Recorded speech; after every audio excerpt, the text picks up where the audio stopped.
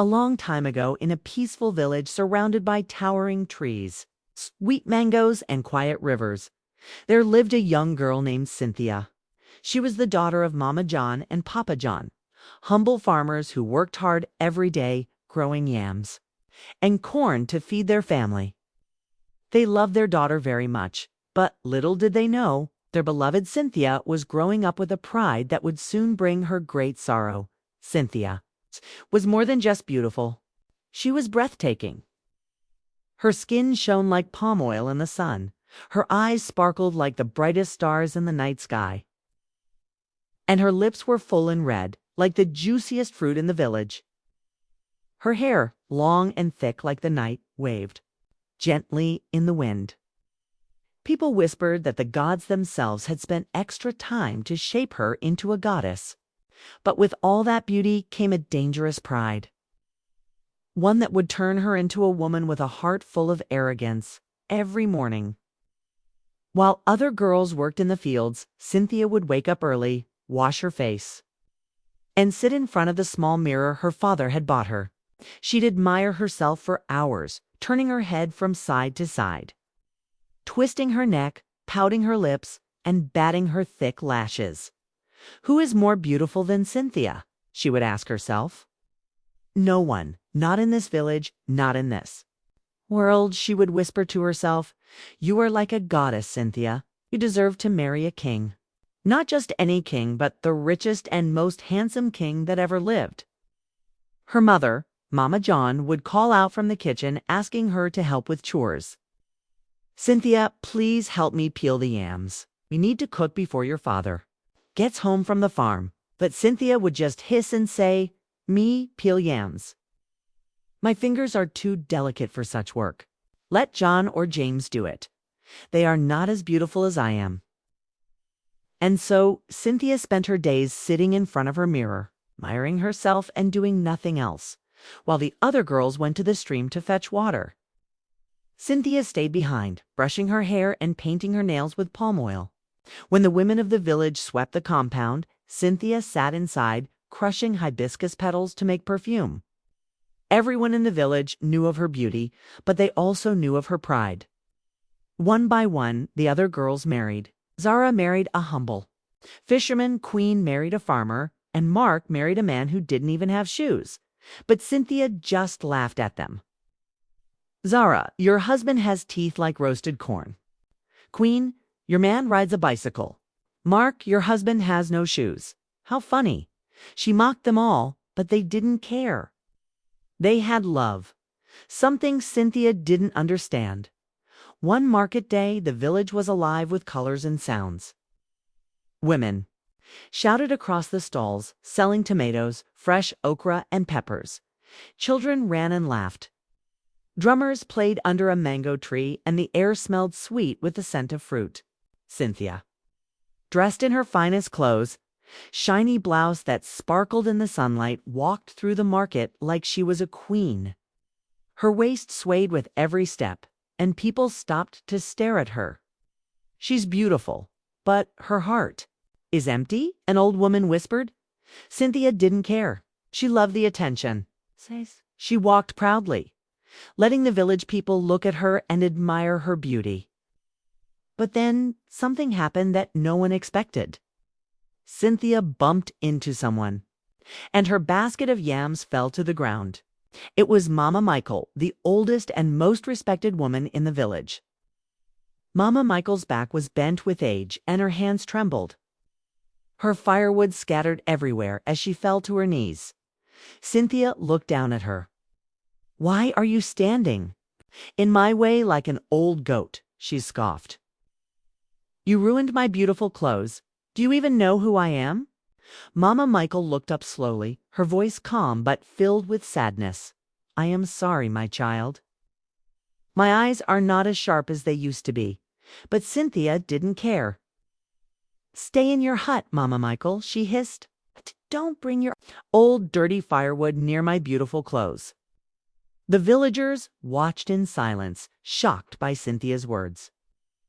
They whispered to her, urging her to apologize. Cynthia, she is an elder. She's old enough to be your grandmother, they said. But Cynthia just turned her back, hissing and walking away, ignoring the crowd. Mama Michael, shaking her head slowly, bent down to gather her firewood. Then she raised her hands to the sky, and in a voice like thunder, she spoke. Cynthia, the mirror you worship will soon turn its back on you. May your beauty melt like candle wax. May your pride become your prison. You shall not see beauty again until you live with the ugliest man on earth. Only then will your heart learn. The village went silent. Even the birds stopped chirping. No one knew what to say or do. That night, Cynthia went to bed laughing. What a silly curse, she thought. Mama Michael must be joking. But as she stared at herself in her mirror, she felt a strange heat on her skin. The mirror cracked slightly, and her reflection shimmered for a moment. But Cynthia just laughed it off. "'Tis nothing," she said, "just a trick of the light." The next morning, however, things were different. When Cynthia woke up and looked into her mirror, she screamed so loudly that the whole village heard her. "What is this? This isn't me." Her smooth, glowing skin had become rough like sandpaper. Her beautiful lips were cracked and dry. Her eyes were dull, and her hair was falling out in patches. "What is happening to me?" she cried. She ran outside, her voice filled with panic. "Mama! Mama! Look at me!" she screamed. Her mother, Mama John, rushed to her side, but even she could hardly believe what she was seeing. "My daughter, this is the result of your pride. You mocked Mama Michael, ignored the warnings," Mama John said, her voice heavy with sorrow. Cynthia's beauty had vanished, leaving her with a face she couldn't recognize. She went inside, hiding from the villagers who had once admired her. Now they whispered behind her back, "Oh, Cynthia's beauty has disappeared.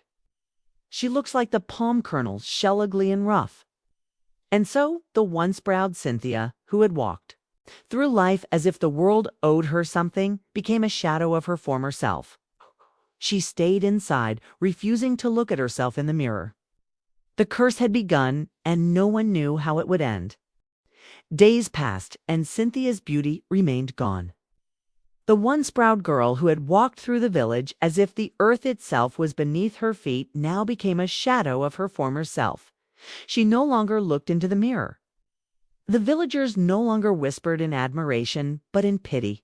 They watched as she hid inside her hut, her once glowing skin now rough and dull, her hair falling out in patches. They would say to each other, "Look at Cynthia. Her beauty has gone like smoke in the wind." One morning, after several weeks of silence, there came a knock at the door. It was loud, urgent. Mama John opened the door and saw a strange man standing before her. He was short and hunched, with a big belly and long white beard. His skin was wrinkled like dried okra, and his clothes were torn and mismatched. He carried a long walking stick that thudded with each step. "I am Judas," the man said with a crooked smile. "I have come to marry Cynthia." Mama John nearly fainted. "Marry Cynthia? Who are you to marry her?" she gasped, staring at the man in disbelief. She could not imagine what kind of life this man could offer her daughter. His eyes were sharp like a lizard's, and his breath smelled of rotten beans. Cynthia, hearing the voice of the stranger, slowly walked to the door. She froze when she saw him. At first, her heart sank. "This is the ugliest man I have ever seen," she thought, her pride still fighting within her. Judas's wrinkled face and 3 brown teeth made her want to turn and run. But then, as she looked at her reflection in the water outside the hut, she saw the truth. She was no longer the beautiful girl she had been. The curse had taken that from her. Her skin had lost its glow, and her hair was falling out. She had become a shadow of the proud girl who once thought the world owed her everything. She realized deep down that this was the test she had to pass. She had to marry this man not with her body, but with her soul. Cynthia took a deep breath. "Yes," she said softly, her voice trembling. "I will marry you, Judas." The villagers who had gathered outside the hut gasped. "Cynthia is marrying him?" they whispered. But he is ugly, worse than the curse itself, they said in shock. But Cynthia didn't care. Her pride was no longer what it had once been. She knew the time had come to change. The wedding was simple, no music, no dancing, no joy, just silence.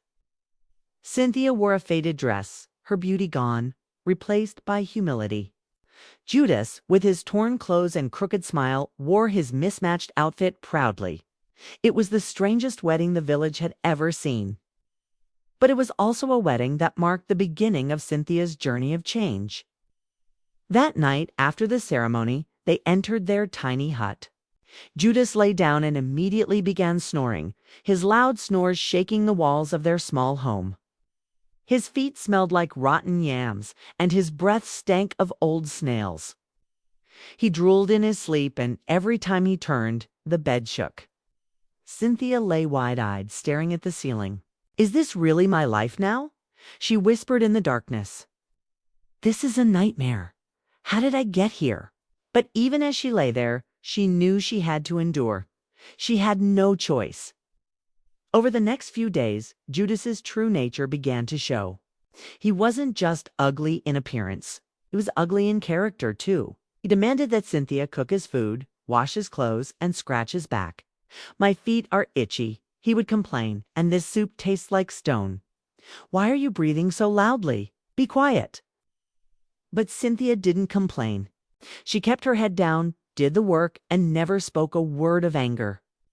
She woke up early in the morning, cleaned the house, fetched water, and did all of Judas's bidding without a single complaint.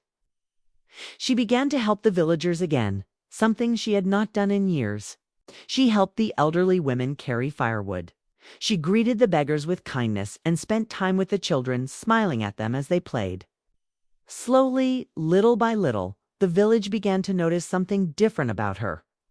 One day, when a small girl tripped and hurt herself in the market, Cynthia rushed to help. She cleaned the child's wounds, gave her food, and comforted her. Mama Michael, the old woman Cynthia had once insulted, watched her from under the shade of a mango tree. Mama Michael smiled softly, seeing the change in Cynthia. She whispered to herself, "Home, she has changed." That night, after a long day of work, Cynthia lay awake in bed, her mind racing. She looked out the window at the moon, and a thought came to her. "If I ever become beautiful again, I promise I will never laugh at anyone. I will never forget what it feels like to be broken." As she lay there, something incredible happened. That night, Mama Michael appeared to her in a dream. She was glowing like the full moon, and her voice was gentle and full of love. "My daughter," Mama Michael said, her voice calm and soothing, "your beauty is not lost. It is in your heart now. You've learned humility. You are truly beautiful, and when you wake, you will see." The next morning, Cynthia woke up early as usual. She felt something different, lighter, like a weight had been lifted off her chest. She rushed to the water pot outside and peered into its surface. Her heart stopped. For the first time in weeks, she saw her reflection. Her skin was smooth again, her hair full and thick, her eyes bright and sparkling like they once had been. But there was something deeper now. Her beauty wasn't just in her face. It was in the kindness in her heart, the humility in her soul. Cynthia screamed with joy. "I'm beautiful again," she cried, running outside to show the villagers. They gathered around her, astonished, and whispered among themselves, "She's beautiful again. The curse is broken." Judas, who had been asleep, awoke to see Cynthia standing in the sunlight, her beauty restored. He blinked in confusion and took a step back. "You're not my wife," he said, shocked. "My wife was ugly." Cynthia smiled kindly, her heart no longer full of pride. "Thank you, Judas," she said softly. And with that, she walked away, leaving the man who had once been her curse behind. Cynthia had learned that true beauty comes not from the mirror, but from the heart.